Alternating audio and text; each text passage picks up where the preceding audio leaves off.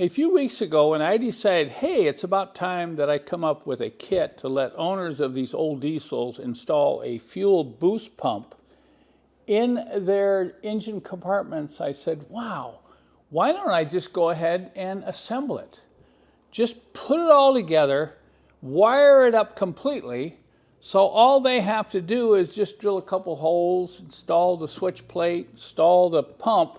Of course, they're going to have to put some hoses, but hey, I thought this was great. They could get this in their car in less than an hour.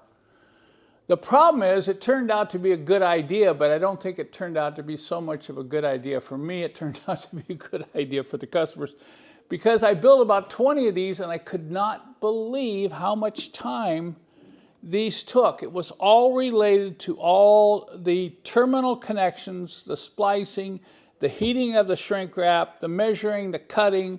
Even drilling these plates took more time than I originally thought.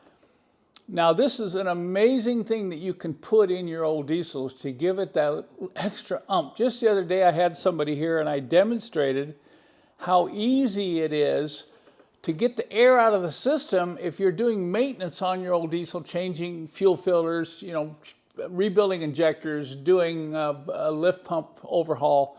And when you put it all back together, you know you have to bleed the system, and you end up pumping and priming and breaking the nuts on the fuel injectors. Well, with this system, you just flip the switch and turn on this boost pump, and it pressurizes the entire system. Now, this is only a 5 to 6 PSI pump. It's not going to affect your fuel economy. It's not going to deliver more fuel to your fuel injectors. It's just going to give that extra pressure to the lift pump and the injection pump, which on most of these cars now are kind of tired. A couple of days ago I said, hey, I'm not going to be able to do this anymore. I just can't. I don't have the time in the shop. It's just eating up shop time to assemble all these. It's been a pretty popular kit. But just today I decided maybe there's a good alternative.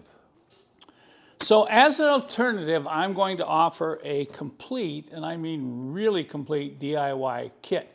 And putting these together today, I was even amazed how much time it takes to put all this stuff together. This is the electrical installation kit there. You can see how much is included there. This is the wiring kit. And if any of you are worried about working with auto electricity, don't be concerned.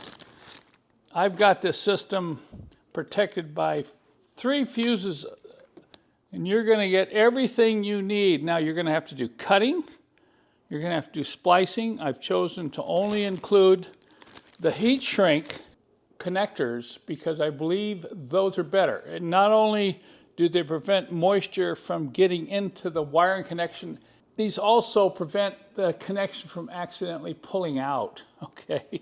So shrink connectors are what I'm using. And you're going to get a switch as well as a relay to mount into this aluminum plate. Along with all this, I'm going to include a very long, detailed video where I'm going to assemble this step by step. So you can't say, well, I don't know how to do that. You're going to learn how to do this, and it's not difficult. You're going to need a couple of tools, primarily to crimp and shrink these connectors. But when you're all done, look at what you're going to get. You'll start out by pre-assembling the switch plate with the switch and the relay. Notice the second hole. That's so you can add another switch and another relay in the future if you want. And you'll make the wiring connections here and into the fuse box. And then the long power lead can be either connected to this bus if you have one, or it can be directly connected to the positive battery post. As a side note, make sure you disconnect the ground when you're doing this work. But you'll take this long lead wire and run it up along the firewall and over the top of the brake booster and connect it to the switch plate. And then finally, you're going to install the pump in this location on a W123, and you're going to have to do some hose rerouting. And that's why I include extra hose. You're going to have to loop it to prevent kinking. Once the pump is installed, you'll connect that to ground and to the relay, and then you'll be ready to start up the car. Now, as far as operation, keep in mind you just leave it on all the time because you have a keyed power source now going into the fuse box. So every time you turn your key on, the pump will come on. You turn the key off, the pump goes off. You will technically only need to use this switch if you're doing maintenance or you want to shut off the pump remotely. I installed this performance boost pump kit in this 81300 TD, and boy, does it go now.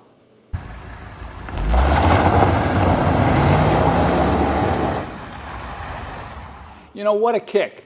Not only does it have more kick, but it's so much easier to do maintenance on the engine, on the fuel system, and then, you know, purge the air out quickly with just using this new boost pump. I don't have to sit there and pump and pump and pump and pump, and I don't have to crack the injector lines and crank, crank, crank, crank.